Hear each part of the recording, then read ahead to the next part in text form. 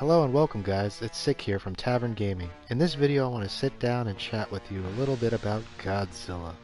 For those who may not know, I'm a huge Godzilla and Kaiju fan. I thought it would be fun to create a video just in time for the upcoming Godzilla vs. Kong film.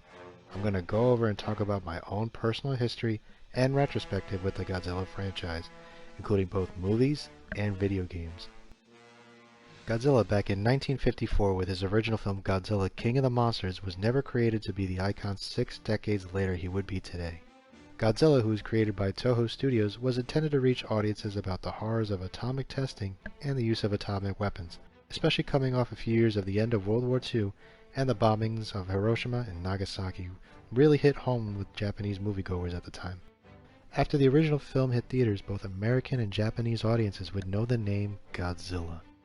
However, Godzilla would not see the start of his world-renowned fame until he fought a famous certain ape for the first time in the 1960s, but we'll talk about that here in a little bit. My first experience with the King of the Monsters was not picture perfect by most purist fan standards. My fellow Tavern community members know my love for the Jurassic Park series and my love for dinosaurs because of it.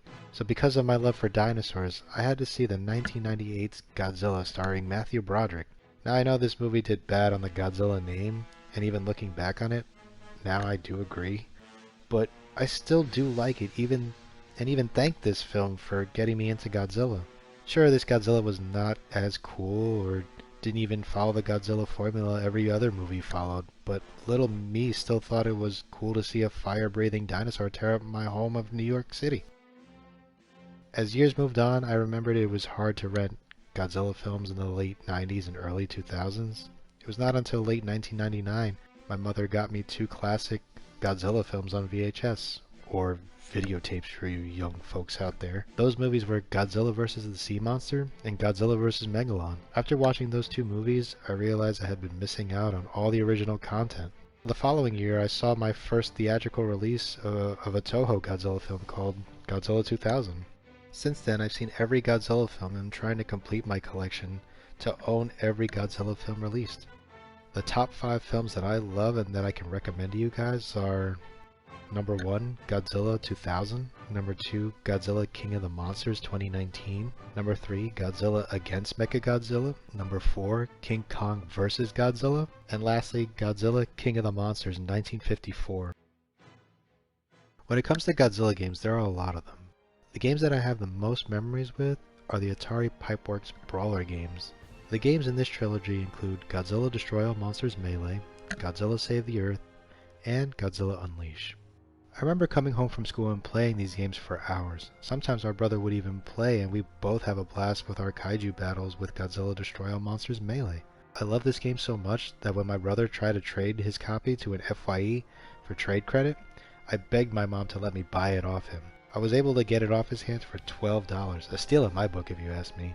Another Godzilla game that I have more recent memories with is Godzilla for the PS4. In fact, Godzilla was the reason why I bought a PlayStation 4 in the first place.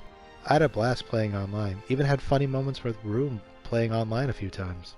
The gameplay is a little slow, but follows the Godzilla formula to the letter.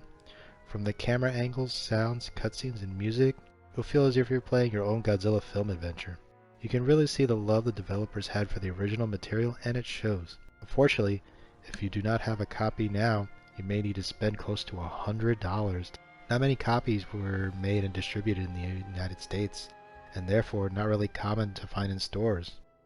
When it comes to other merchandise, I have comic books, toys, and exclusive playing cards that feature the King of the Monsters. I love my Godzilla collection, and I even hope to expand on it in the future.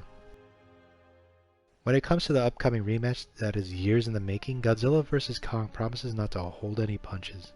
As I said earlier in the video, this is not the first time these 2 titans have met. I won't spoil who won the first time if you guys want to find out yourself, but in a way, Godzilla really owes a lot of his fame to King Kong just by sharing the screen with him. King Kong was the more popular icon during their first fight, and it was not until well after King Kong vs. Godzilla that the world finally knew who truly was the King of the Monsters. With all that humble pie out of the way, I bet you're wondering who I think is going to win the rematch in Godzilla vs. Kong. Well, Godzilla, of course. Jeez, you guys not paying attention? Dude's really an atomic fire-breathing dinosaur. Honestly, there's not much of a fight here. Sorry, Kong fans. In conclusion, Godzilla's been a big part of my life, and I've been a huge fan ever since I can remember, and I'll continue to be a Godzilla fan. I thank you guys for watching and letting me share a little of my Godzilla fandom with you. Leave a comment down below about your own Godzilla or Kaiju history. Thank you again, I'll be seeing you guys soon. Long live the King of the Monsters.